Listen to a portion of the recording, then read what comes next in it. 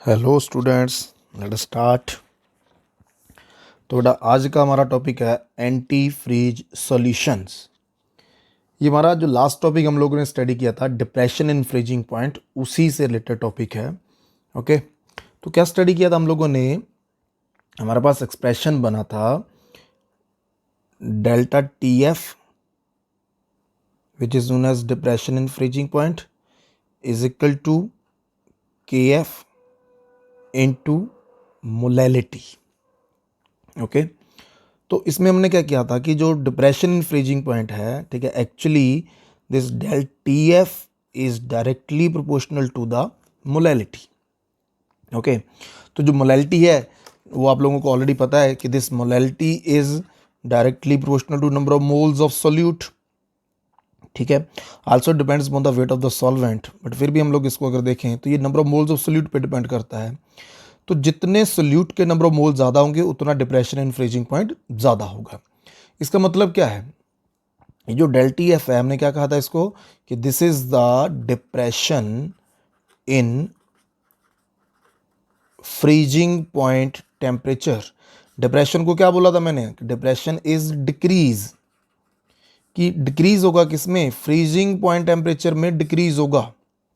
मान लो कोई लिक्विड आप लोगों का 5 डिग्री सेल्सियस पे फ्रीज हो रहा है, ठीक है, ये सॉल्वेंट है, ठीक है, तो ये सॉल्वेंट का क्या है? This is the freezing point of solvent. तो आपने क्या किया, इसमें नॉन वोलेटाइल सोल्यूट ऐड कर दिया इस सॉल्वेंट में, ठीक है। आपने क्या किया, to this solution you will add the non volatile solute. तो आप इसमें जब नॉन वोलेटाइल सोल्यूट ऐड कर देते हो तो क्या बन गया? आपके पास सोल्यूशन बन गया, जिस सोल्यूशन का वेपर प्रेशर लो होगा, जिसके कारण क्या होगा? इसके फ्रीजिंग पॉइंट टेम्परेचर में डिक्रीज आएगा। उसी को हम कह रहे हैं डिप्रेशन। तो डिक्रीज का मतलब क्या है कि पहले जो लिक्विड आपका 5 डिग्री सेल्सियस पे फ्रीज होता था, अब वो 5 डिग्री सेल्सियस पे फ्रीज नहीं होगा। वो कहाँ फ्रीज होगा? That freeze the temperature less than the 5 degree Celsius से 3 डिग्री सेल्सियस पे हो रहा होगा। ओके, तो ये आपका डिप्रेशन इन फ्रीजिंग पॉइंट है। तो जितना सोल्यूट के नंबर ऑफ मोल्स आपके ज़्यादा होंगे, या यूं कह लो more is the number of particles of solute, more will be the depression in freezing point या decrease in freezing point. Okay, तो अपने आज के कंसेप्ट पे आ जाते हैं। कंसेप्ट क्या हमारा? Anti freeze solutions. ठीक है, एंटी फ्रीज सॉल्यूशन का मतलब क्या है? सॉल्यूशन तो होगी आपके नॉर्मल टर्म हम लोगों ने पढ़ी हुई है। एंटी फ्रीज मतलब जो फ्रीज ना होती हो, या यूं कह लें ऐसा सॉल्यूशन जिसका फ्रीजिंग पॉइंट पहले से क्या हो चुका है? डिक्रीज हो चुका है, लेस हो चुका है। अब ये हमें जरूरत कहाँ पड़ती है एंटी फ्रीज सॉल्यूशंस की? ठीक है, हमारे वर्ल्ड में, ठीक है, बहुत सारी ऐसी कंट्रीज भी हैं जहाँ पे जो टेम्परेचर है वो 0 डिग्री सेल्सियस से नीचे चला जाता है। ठीक है, अब कोई भी कंट्री का हम ऐसा एग्जांपल ले सकते हैं जहाँ टेम्परेचर 0 डिग्री सेल्सियस से नीचे चला गया। ठीक है, इंडिया में जैसे शिमला है, तो शिमला में कई बार टेम्परेचर 0 डिग्री सेल्सियस से नीचे चला जाता है। कश्मीर है, कश्मीर में टेम्परेचर लो कर जाता है। तो जो 0 डिग्री सेल्सियस में टेम्परेचर लो चला गया, इतना डिक्रीज कर गया, तो इसका इफेक्ट क्या पड़ा? हमारे ऑटोमोबाइल्स हैं, गाड़ियाँ हैं जितनी भी, इन ऑटोमोबाइल्स में रेडिएटर होता है। तो रेडिएटर को ठंडा करने के लिए उस रेडिएटर में पहले क्या करते थे? वाटर को यूज़ करते थे।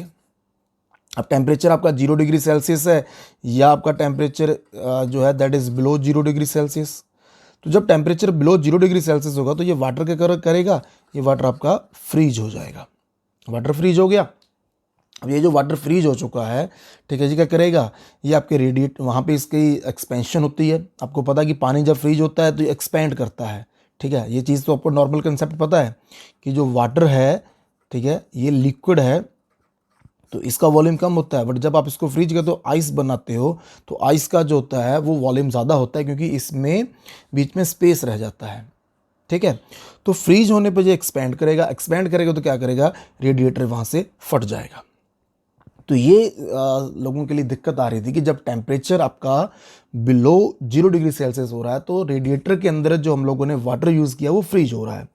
तो इस प्रॉब्लम को सॉल्व करने के लिए साइंटिस्ट ने क्या किया? ठीक है, उन्होंने इंट्रोड्यूस किया एंटी फ्रीज सॉल्यूशन। साइंटिस्ट यहाँ पर एंटी फ्रीज सॉल्यूशंस लेकर आए।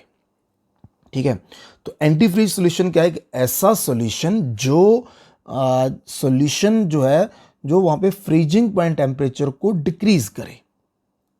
ओके, तो ये नॉर्मल सा कंसेप्ट है, ठीक है। ये बातें मैंने यहाँ पे लिखी हुई हैं कि water is used in the radiator of vehicles in severe cold, the temperature usually falls below 0 degree Celsius, as a result water used in the radiators of car and automobiles freeze.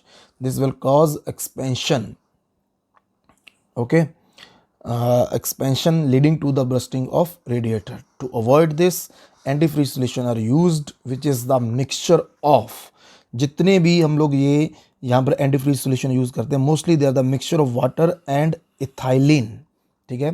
तो ethylene यहाँ पे add कर लेना, अकेला ethylene नहीं है, ठीक है। थोड़ा लिखने में ये मिस्टेक हो गई है, it is ethylene glycol, this is the ethylene glycol, ठीक है। फॉर्मूला साथ में दिया हुआ है CH2CH2OH, it is popularly known as the coolant. तो क्या करेंगे हम लोग जो हैं, जो हमने यहाँ पर एंटी फ्रीज सोल्यूशन जो लेना है, ओके, एंटी फ्रीज सोल्यूशन क्या होगा, that is the mixture of, it is the mixture of water plus ethylene glycol CH2OH, ठीक है।